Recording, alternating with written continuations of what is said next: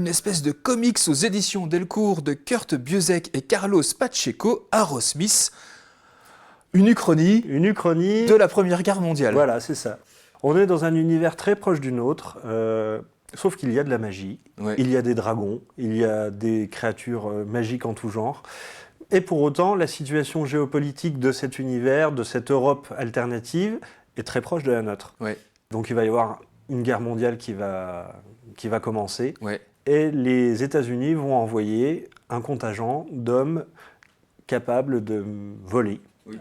Pour servir d'éclaireurs. Et on suit... Mais voler pas dans des avions, non. Voler grâce à des dragons, voilà, en fait. C'est ça. Alors, et puis alors, ce qui est rigolo, on peut le dire, des tout petits dragons, finalement. Ils se chevauchent pas des dragons. Non, c'est juste un petit pouvoir magique, un petit familier. Donc, on suit l'apprentissage de cet éclaireur qui fait ses classes, qui est plein d'espoir, évidemment, comme tous les jeunes hommes, qui veut prouver sa valeur, qui va découvrir la camaraderie, l'esprit de corps, et qui, en arrivant en Europe et en découvrant la guerre, va vite se rendre compte que c'est pas aussi joyeux que ce qu'il espérait.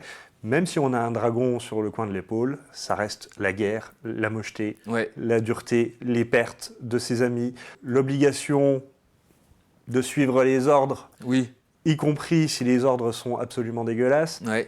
Et c'est vraiment un questionnement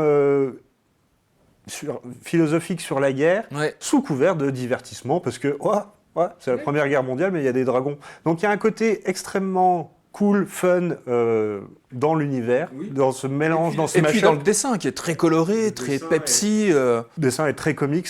Pacheco était, malheureusement il est décédé, était un super dessinateur. Et il s'est vraiment réapproprié cette Europe du début du XXe et une esthétique guerrière avec les uniformes, tout ça, mais avec ce petit twist fantasy. Qui a et même puis ça se passe en France, pour un comics américain, c'est aussi intéressant de voir la France dessinée par les Américains, finalement. C'est pas tant un comics de super-héros qu'une réécriture d'une histoire un peu fantasmée.